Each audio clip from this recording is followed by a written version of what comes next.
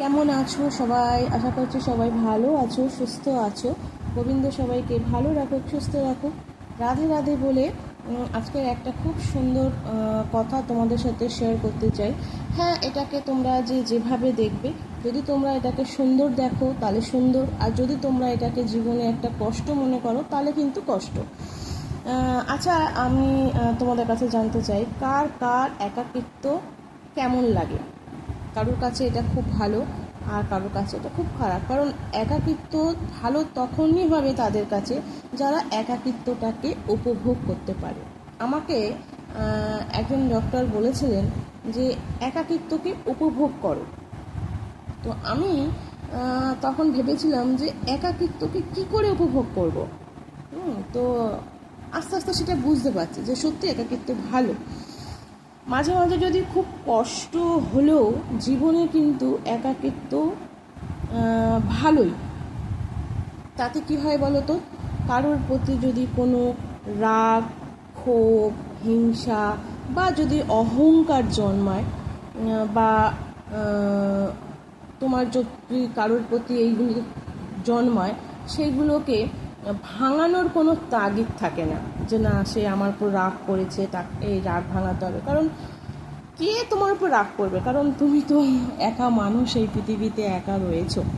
তোমাকে যদি কেউ ভুল বোঝে, সেটা ভাঙাবার দায়িত্বও কিন্তু থাকে না যে বাবা ওই মানুষটি আমাকে ভুল বুঝলো বা সে আমাকে ভুল বুঝলো, এইগুলোর দায়িত্বও কিন্তু থাকে না। কে কি বললো তার সেটাও কোনো ফারাক পড়ে না, চিন্তা থাকে না। সেটা কেন? সেটা শুধুমাত্র এই একাকিত্বর কারণে। কারণ আমি মানুষটা তো একাই রয়েছি, কারোর সাথে নেই, কারোর কাছে নেই, কোনো কথাই নেই। না তোমার মধ্যে রাগ জন্মাবে, না তোমার মধ্যে অহংকার জন্মাবে, না তোমার মধ্যে ক্ষোভ জন্মাবে, কিছুই তো তোমার মধ্যে নেই। তাহলে তোমার শত্রু কে হবে, বা তোমার ওপর কে রাগ করবে, বা তোমার আর সবথেকে বড় কথা দায়িত্ব, যেটা তোমার থাকবেই না। যে যদি তোমাকে কেউ ভুল বোঝে, সেই ভুল ভাঙানোর দায়িত্বটা তোমার থাকবেই না।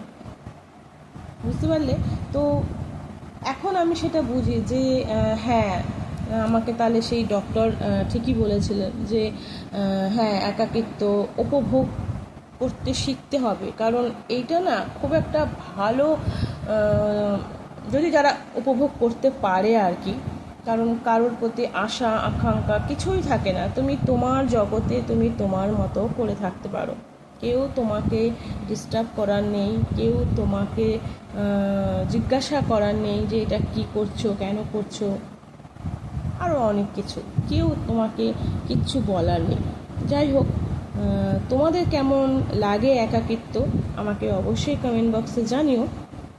কারণ একাকিত্বকে এক এক রকমভাবে এক একজন তার জীবনে অ্যাপ্লাই করে। কেউ এটাকে প্রথমে, যেমন আমি এটাকে মানে ভীষণভাবে ভাবতাম, দূর জীবনে একাকিত্ব ভালো লাগে না, কি করব। এখন সয়ে গেছে, এখন ভালো লাগে। ঠিক আছে, ওকে, চলে যাচ্ছে, জীবন চলে যাচ্ছে, কেটে যাচ্ছে, খাচ্ছি যাচ্ছি ঘুমাচ্ছি, কেটে যাচ্ছে। তো সেটাই, একাকিত্বটাকে উপভোগ করছি, ভালোই আছি। তাই তুমি যদি এটাকে খারাপভাবে নেবে তাহলে তুমি থাকতে পারবে না। যদি তুমি এটাকে পজিটিভলি নিতে পারো তাহলে তুমি ভালো থাকবে। কারণ তোমার কোনো দায়িত্বই থাকবে না কারোর রাগ, কারোর ক্ষোভ ভাঙানোর।